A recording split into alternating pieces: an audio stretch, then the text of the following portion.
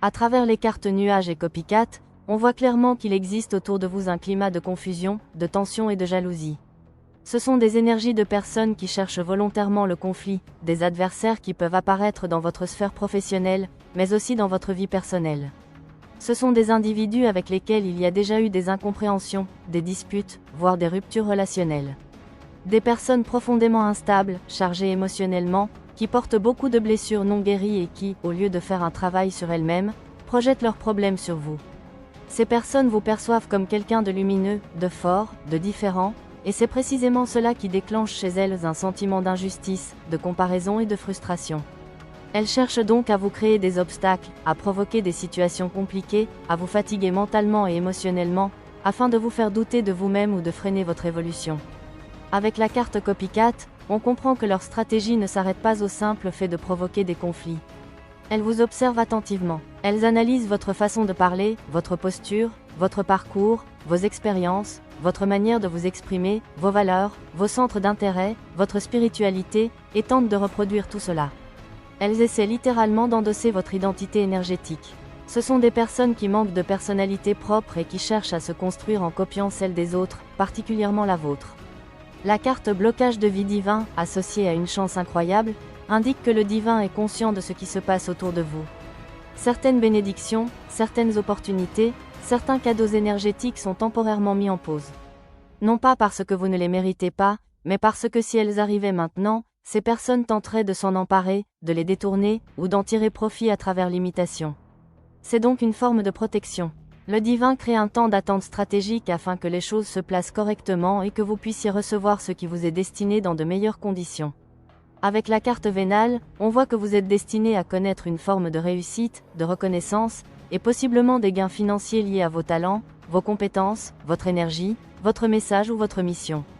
Mais pour accéder pleinement à cela, il est essentiel que vous restiez fidèle à vous-même. Plus vous incarnez votre vraie essence, plus vous vous distinguez énergétiquement, et moins ces personnes peuvent vous copier efficacement. Votre authenticité est votre meilleure protection. La carte mode retrait vous invite à adopter une posture de discrétion consciente. Il ne s'agit pas de vous isoler par peur, mais de choisir avec soin ce que vous montrez, à qui vous parlez, et ce que vous partagez. Vous êtes encouragé à vous éloigner des discussions inutiles, des confrontations, des explications sans fin, et des échanges énergivores. Protéger votre bonheur devient une priorité. Cela passe aussi par le fait de garder vos projets, vos avancées, vos réussites, vos idées et même vos moments de joie dans un cercle restreint. Les réseaux sociaux, en particulier, peuvent être des vitrines dangereuses lorsque des personnes mal intentionnées observent en silence. Moins elles ont d'informations, moins elles ont de matière à copier ou à utiliser contre vous. Ces personnes ont compris un point important. Lorsque vous êtes attaqué ou plongé dans des conflits, vous avez tendance à vous replier, à entrer en introspection, à travailler sur vous-même. Elles ont également compris que votre force réside dans votre capacité à transformer vos blessures en sagesse, votre douleur en enseignement, et vos expériences en guidance pour les autres. Vous portez une énergie de thérapeute spirituel, de guérisseur, de guide, ou de personne capable d'aider par la parole, par l'exemple, par le témoignage. Votre parcours de vie, vos cicatrices, vos chutes et vos reconstructions sont une source de puissance. Et c'est précisément cela qu'elles tentent de copier, votre histoire, votre résilience, votre façon de verbaliser vos blessures, votre profondeur émotionnelle. En faisant cela, elles cherchent à exploiter votre lumière, à récupérer vos capacités, vos compétences, et parfois même à en tirer des bénéfices matériels ou financiers, comme si elles voulaient récolter ce que vous avez semé. Le message central de cette première partie du tirage est donc clair. Continuez à être vous-même, sans vous dénaturer. Protégez votre énergie, votre intimité et vos projets. Acceptez les périodes de pause comme des protections divines. Faites confiance au fait que ce qui vous est destiné vous parviendra au bon moment. Personne ne peut réellement voler votre essence, votre vibration ni votre mission. Même si limite, ils ne pourront jamais incarner votre âme. Ce qui est aligné avec vous finira toujours par vous revenir. Pour cette deuxième partie du tirage, à travers les cartes pouvoir, créativité, combat et famille, il ressort très clairement que certaines personnes autour de vous ont pris pleinement conscience de l'ampleur de votre potentiel. Elles ont compris que vous pouviez aller extrêmement loin dans votre créativité, que vous possédez une capacité unique à créer, manifester et transformer votre réalité. Elles ont également compris que vous avez retrouvé votre pouvoir personnel, que vous n'êtes plus dans la soumission ni dans l'oubli de vous-même, mais bien dans une phase de réappropriation profonde de qui vous êtes. Votre pouvoir est directement lié à votre créativité, et votre créativité est elle-même connectée à une source plus élevée, à une guidance divine, à quelque chose de sacré. C'est précisément cette connexion qui dérange. C'est ce lien au divin, cette inspiration pure, cette lumière créatrice qui attire autant qu'elle menace. Ces personnes savent que vous ne créez pas depuis l'ego, mais depuis une source supérieure, et cela les place face à leurs propres manques, à leurs propres blocages, à leurs propres limitations. De ce fait, on voit des stratégies de copie, d'imitation, de mimétisme. Elles tentent de reproduire ce que vous faites, ce que vous êtes, votre énergie, vos idées, votre manière d'exprimer votre créativité. Non pas pour vous honorer, mais dans l'objectif inconscient de vous diluer, de vous fondre dans la masse, de vous rendre, comme tout le monde, afin que votre singularité ne soit plus visible. Il y a une volonté de créer un effet de groupe, un effet collectif, pour que vous ne ressortiez plus, pour que votre lumière ne soit plus identifiable, pour que votre différence passe inaperçue. C'est une tentative de neutralisation symbolique de votre puissance. Avec les cartes combat et famille, on comprend que cette dynamique ne date pas d'hier. Il s'agit d'un combat ancien, d'un combat de longue haleine, entre l'ombre et la lumière. Vous n'êtes pas face à un adversaire isolé, mais face à un système, un ensemble de personnes, un réseau. Cela peut représenter votre famille de sang, votre famille biologique, mais aussi votre famille d'âme ou encore des groupes karmiques.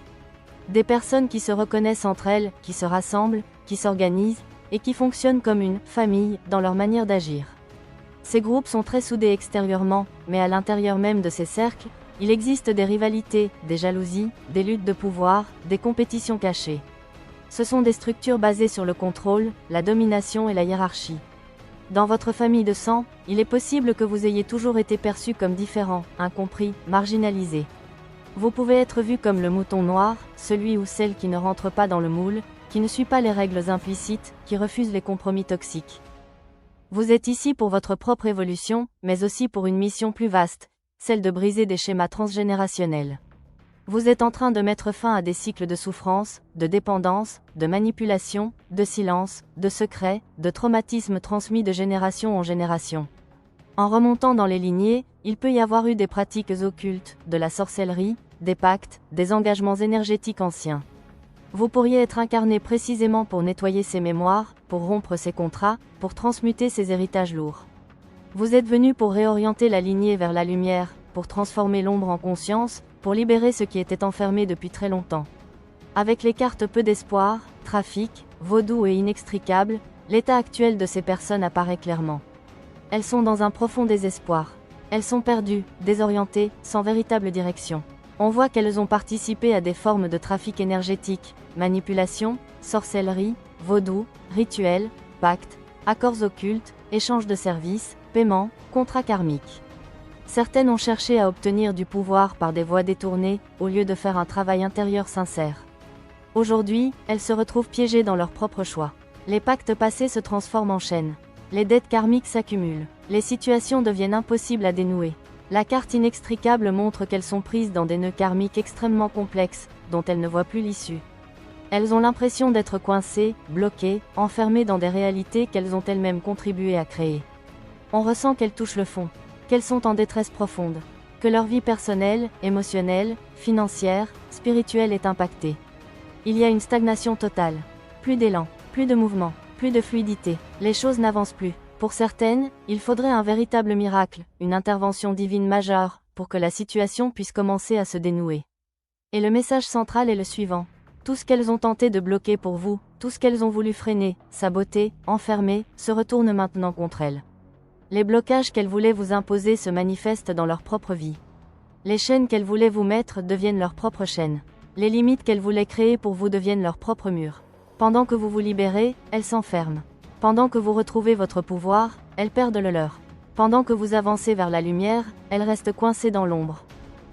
Pour la troisième partie de ce tirage, à travers les cartes punition et été, on ressent très clairement que les personnes qui vous copient ne le font pas par admiration sincère, mais par incapacité à faire émerger leur propre lumière. Elles sont profondément bloquées dans leur vie, bloquées dans leur évolution, bloquées dans leur destinée. Ces cartes montrent qu'elles sont, d'une certaine manière, condamnées à ne pas accéder à votre rayonnement. Votre lumière leur est inaccessible. Votre vibration ne leur est pas ouverte. Elles peuvent tenter de l'imiter, de la reproduire, de la singer, mais elles ne pourront jamais incarner ce que vous incarnez naturellement. La carte punition indique qu'il s'agit d'un retour karmique. Ce n'est pas une punition au sens humain, mais une conséquence vibratoire directe de leurs choix passés et présents. Elles ont voulu bloquer, entraver, freiner, détourner, manipuler. Aujourd'hui, ce sont leurs propres chemins qui se retrouvent bloqués. La carte été, qui est normalement une carte d'expansion, de joie, de floraison et d'abondance, apparaît ici comme inversée énergétiquement. Leur été intérieur n'arrive pas. Leur saison de récolte ne se manifeste pas. Elles restent coincées dans un hiver énergétique, dans une stagnation prolongée. Cela explique pourquoi elles se tournent vers vous. Parce qu'elles sentent que chez vous, ça circule. Que chez vous, l'énergie est vivante. Que chez vous, la lumière cherche à s'exprimer. Avec les cartes commerce et faveur des astres, on voit que tous les canaux de déblocage sont fermés dans leur vie. Sur le plan matériel, cela touche les finances, les ventes, les achats, les contrats, les échanges, les négociations, les projets professionnels, les collaborations. Les choses n'aboutissent pas, les signatures échouent, les opportunités se ferment. Sur le plan énergétique et spirituel, cela touche aussi les coups de pouce de l'univers. Les synchronicités positives se font rares, voire inexistantes. Elles ont l'impression que la chance ne leur sourit plus, que les astres ne sont plus en leur faveur. Les guides montrent clairement que cet arrêt général fait partie de leur retour karmique. C'est leur punition, une immobilité forcée, une vie dans laquelle rien ne décolle, rien ne s'ouvre, rien ne se stabilise durablement. Ensuite, avec les cartes banque, ego, poids et oui, le message se précise encore davantage. La carte banque parle d'un déséquilibre profond dans la gestion des ressources.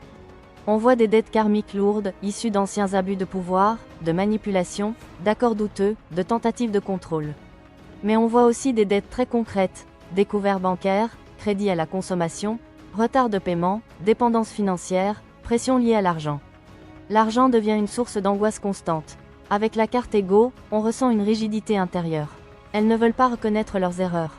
Elles ne veulent pas admettre qu'elles se sont trompées de chemin.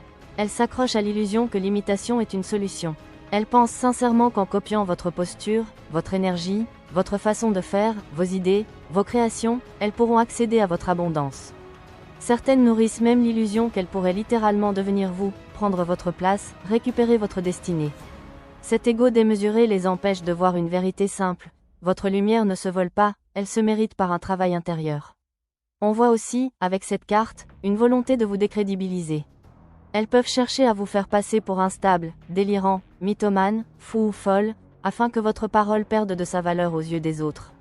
Le but est toujours le même, vous noyer dans la masse. Faire en sorte que vous ne ressortiez plus, que votre singularité devienne floue, que votre talent ne soit plus identifiable. Avec la carte poids, on ressent l'accumulation de charges lourdes. Des fardeaux émotionnels, mentaux, karmiques et énergétiques. Elles portent leur choix comme des boulets. Leur conscience est lourde, leur cœur est lourd, leur existence est lourde. Elles vivent avec une sensation permanente d'écrasement intérieur, comme si tout demandait trop d'efforts, trop d'énergie, trop de lutte. Et pourtant, avec la carte oui, il est montré qu'elles acceptent cet état. Elles disent oui à ces poids. Elles choisissent inconsciemment de rester dans cette souffrance plutôt que de s'ouvrir à une transformation réelle. Elles pourraient demander pardon, elles pourraient arrêter, elles pourraient se détourner de ce stratagème, se recentrer sur leur propre chemin, se remettre au divin, demander de l'aide, amorcer une guérison. Mais elles ne le font pas.